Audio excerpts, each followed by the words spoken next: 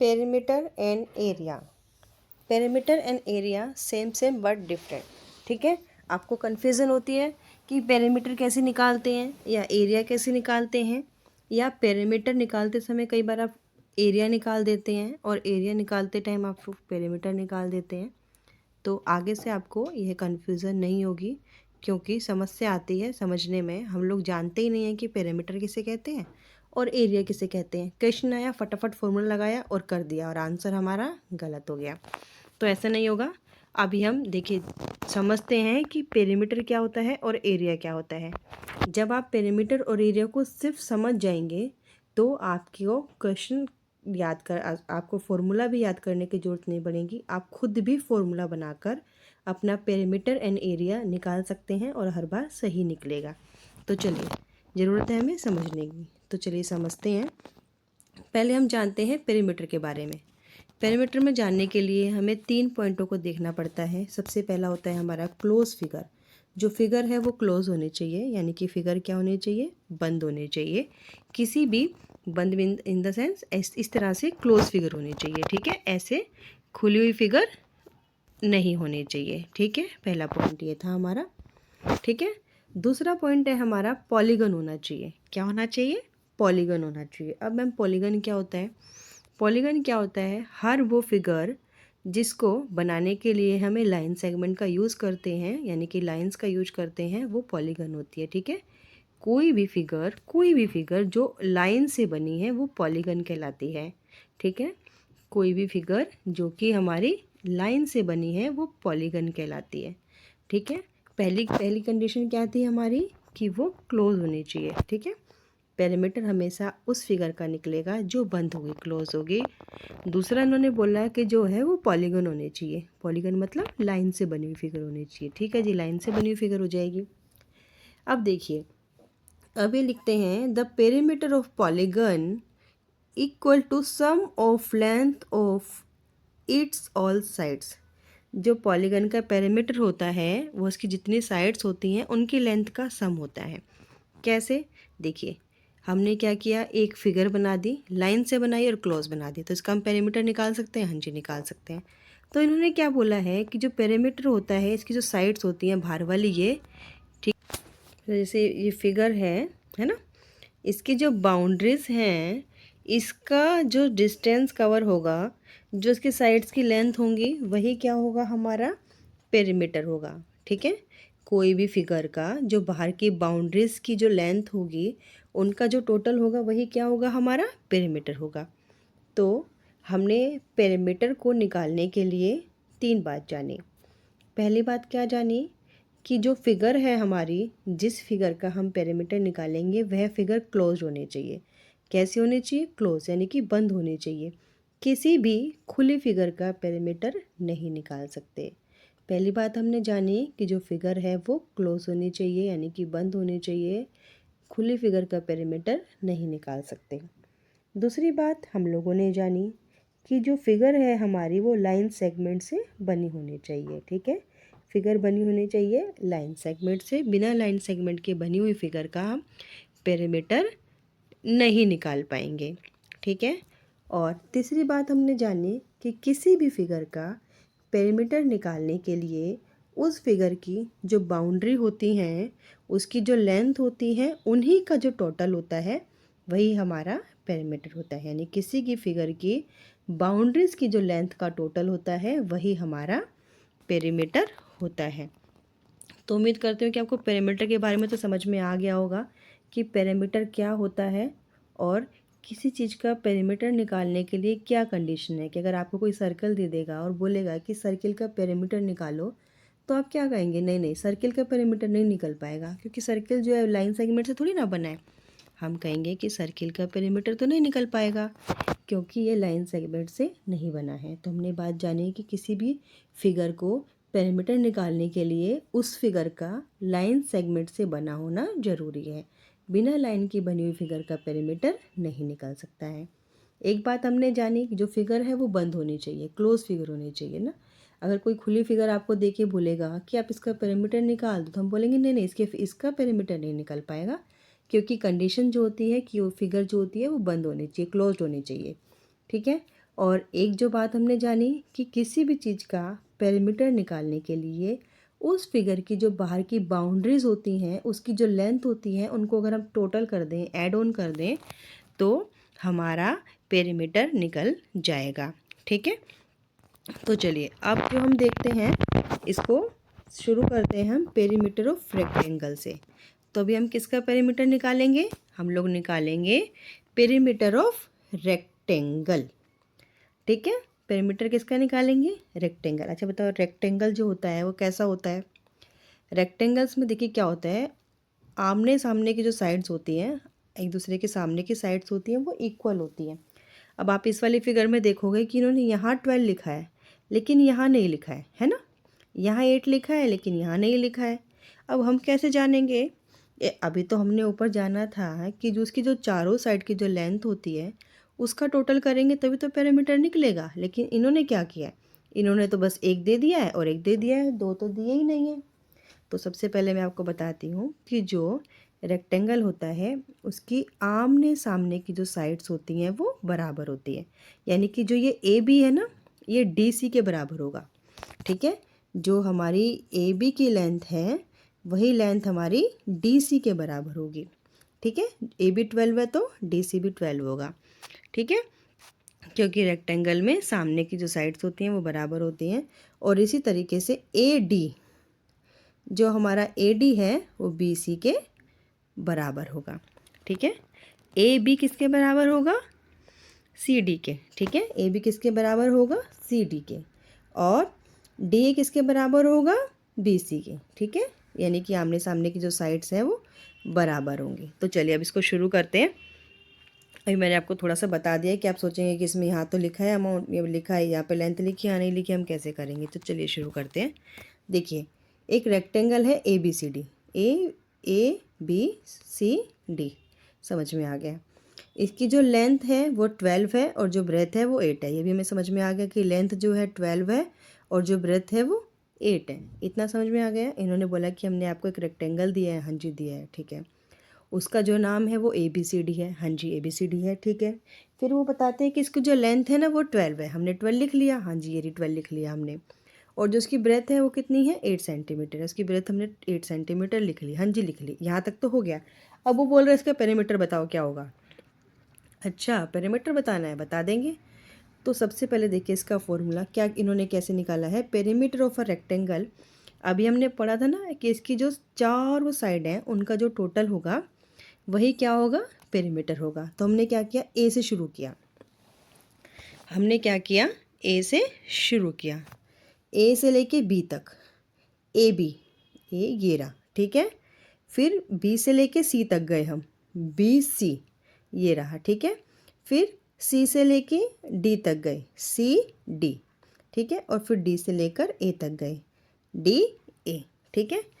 A B plus B C plus C D plus D A, ठीक है। यहाँ तो कोई दिक्कत है? एक रेक्टेंगल बोला इन्होंने ए बी सी डी का, हमने बना दिया। फिर उन्होंने बोला कि इसकी जो लेंथ है वो उसकी 12 है, ब्रेथ 8 है, वो भी हमने कर दिया। फिर हमने कहा कि पेरीमीटर का रेक्टेंगल, तो हमने वो सॉरी पेरीमीटर जो किसी भी चीज़ का हमने जो रेक्टेंगल देखा था उसके हमने ऊपर पढ़ा था कि इसकी अगर चारों साइड को हम ऐड कर देंगे तो क्या हो जाएगा? वो हमारा पेरीमीटर आ जाएगा। तो हमने क्या किया? A B plus B C plus C D plus D A, इन सबको ऐड कर दिया, ठीक है। इन सबको हमने, अब देखिए हमने क्या ऐड किया था? A B plus B C, ठीक है ना, और C D plus D A, ऐसे ऐड किया था हमने। हमने क्या ऐड किया था? हमने ऐड किया था A B plus B C plus C D plus D A. पीछे वाले पेज हमने ये ऐड किया था ना? हाँ, तो पीछे वाले पेज पे हम लोग ये ऐड कर चुके थे। अब देखो उन्होंने क्या किया। मैंने आपको बताया था कि जो आमने सामने की साइड्स हैं वो बराबर होती हैं, है ना। तो हम जो ए बी के सामने की साइड है उसको भी हम ए बी बोल सकते हैं। देखिए ये हमारा रेक्टेंगल था, इसी को बाल देते हैं। ये ए बी सी डी है ना, ऐसे रेक्टेंगल था पीछे। तो मैंने बोला था कि ये साइड और ये साइड बराबर है, बताया था आपको ना कि रेक्टेंगल में सामने की साइड क्या होती है, बराबर होती है। तो ए बी बराबर सी डी है, तो इसको हम ए बी और ए बी बोल सकते हैं। तो इन्होंने क्या किया है, इसको भी ए बी ले लिया है और इसको भी ए बी ले लिया है, ठीक है। तो इन्होंने क्या किया है, इसको 2AB बना दिया है। क्या बना दिया है, 2AB। जब कोई चीज़ बराबर है तो उसको हम उसी नाम से बुला सकते हैं ना, कि ये AB बराबर है तो ये CD भी बराबर है, तो इसको AB बोल दिया हमने, कोई दिक्कत नहीं है। तो हमने क्या किया, इसको 2AB ले लिया कि AB जैसी तो 2 है, तो 2 हो गई। और 2 हमने, ये BC बराबर है और ये AD बराबर है ना।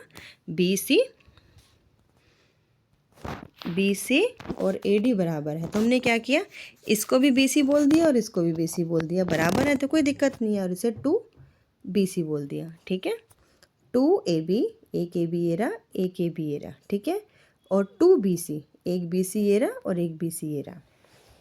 2AB प्लस 2BC, ठीक है। अब हम इसमें से क्या करेंगे, देखो अब इस वाले में देखना, आप इस वाले में देखना, इस वाले में क्या कॉमन है, 2 multiply AB plus 2 multiply BC। तो ठीक है, 2 के साथ दोनों मल्टीप्लाई हो रहे हैं, तो हमें क्या करते हैं, 2 को बाहर निकाल लेते हैं।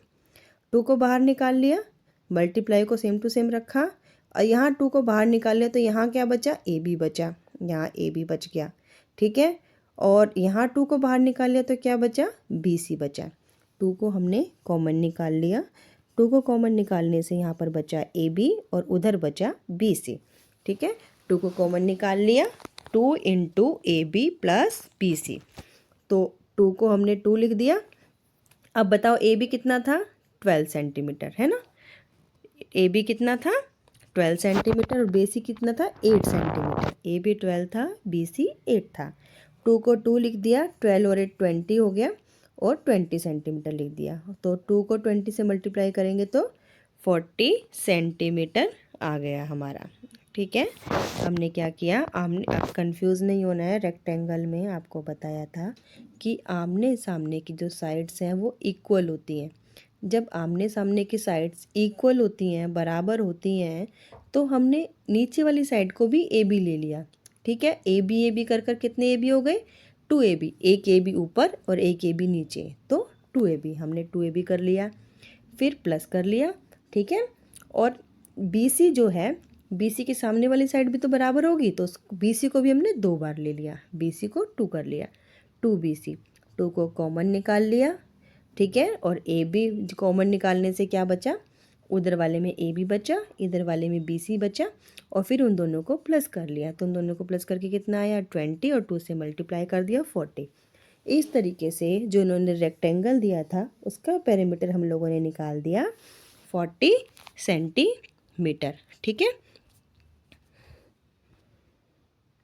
अब देखिए, इसको सॉल्व करके हम लोगों ने क्या देखा, किन चीज़ों को हमने समझा कि रेक्टेंगल का जो पेरीमीटर होता है, रेक्टेंगल का जो पेरीमीटर होता है वो length plus breadth, length plus breadth, है ना, length plus breadth, length plus breadth, ठीक है। तो हम क्या करेंगे, 2 लेंथ हो गई है, एक लेंथ ये रही, एक लेंथ ये रही, तो 2 इंटू लेंथ प्लस ब्रेथ कर दिया, तो ठीक है। तो रेक्टेंगल ऑफ पेरीमीटर का जो फॉर्मूला बना वो बना 2 into length plus breadth, 2 into length plus breadth, ठीक है, समझ में आ गया। आप इसको एक बार दोबारा देखेंगे तो आपको अच्छे से समझ में आ जाएगा, बस एक बार में आ जाएगा। हो सकता है कि आप ABCD में कंफ्यूज हो जाएं, या आपने लेंथ हमने डबल क्यों ली है, जो साइड्स हमने छोड़ दी वो क्यों छोड़ दी, आप उसमें भी कंफ्यूज हो सकते हो। तो कंफ्यूज नहीं होना है, क्योंकि जो हमारा रेक्टेंगल होता है उसका जो रेक्टेंगल जो होता है उसके आमने और सामने की, मतलब सामने सामने की जो लाइंस होती हैं, भुजाएं होती हैं, जो होती हैं वो बराबर होती हैं, तो ठीक है। तो AB के बराबर जो उसके नीचे वाली है सामने वो बराबर होगी, तो हमने क्या किया, उसको भी AB बोल दिया, उसको भी AB बोल दिया, ठीक है। और जैसे उसको भी AB बोल दिया, उसको भी AB बोल दिया, ठीक है। और उधर जो BC वाली है उसके सामने वाली भी बराबर होगी, तो हमने क्या किया, BC को ही 2 बार ले लिया, AB के सामने वाली बराबर है तो AB को ही 2 बार ले लिया, फिर उस 2 को 2 को कॉमन निकाल लिया और उन दोनों को प्लस करके 2 से मल्टीप्लाई कर दिया। तो ठीक है, उम्मीद करती हूँ कि मैं आपको पेरीमीटर ऑफ रेक्टेंगल अच्छे से समझ में आया होगा। अगली क्लास में हम लोग करेंगे पेरीमीटर ऑफ स्क्वायर, क्योंकि हम लोग पेरीमीटर के बारे में जान चुके हैं और एक रेक्टेंगल का क्वेश्चन करके हम पेरीमीटर को थोड़ा और अच्छे से जानने लगे हैं। जब हम पेरीमीटर ऑफ स्क्वायर करेंगे तो हमें बहुत अच्छे से आ जाएगा। ठीक है, फिर हमें पेरीमीटर और अच्छे से आ जाएगा और इस तरीके से हम आगे बढ़ेंगे। तो चलिए ठीक है, अगली क्लास में मिलते हैं पेरीमीटर ऑफ स्क्वायर के साथ। तब तक चैनल को लाइक कीजिएगा, शेयर कीजिएगा, सब्सक्राइब कीजिएगा और इस वीडियो को 2 बार देखिएगा, आपको अच्छे से समझ में आ जाएगा कि पेरीमीटर क्या होता है। क्योंकि क्वेश्चन सॉल्व करने से इम्पोर्टेंट है उसकी कंसेप्ट को समझना। अगर आप पेरीमीटर की कंसेप्ट को समझ जाएंगे तो बहुत आसानी से आप किसी भी क्वेश्चन को सॉल्व कर पाएंगे। अगर आप पेरीमीटर की क्वेश्चन को नहीं समझेंगे कि पेरीमीटर क्या होता है, कैसे बनता है, कैसे निकलता है, तो आपको बड़ी दिक्कत आएगी। आप फॉर्मूले याद करने में रह जाएंगे और फिर भी आपका क्वेश्चन सॉल्व नहीं होगा।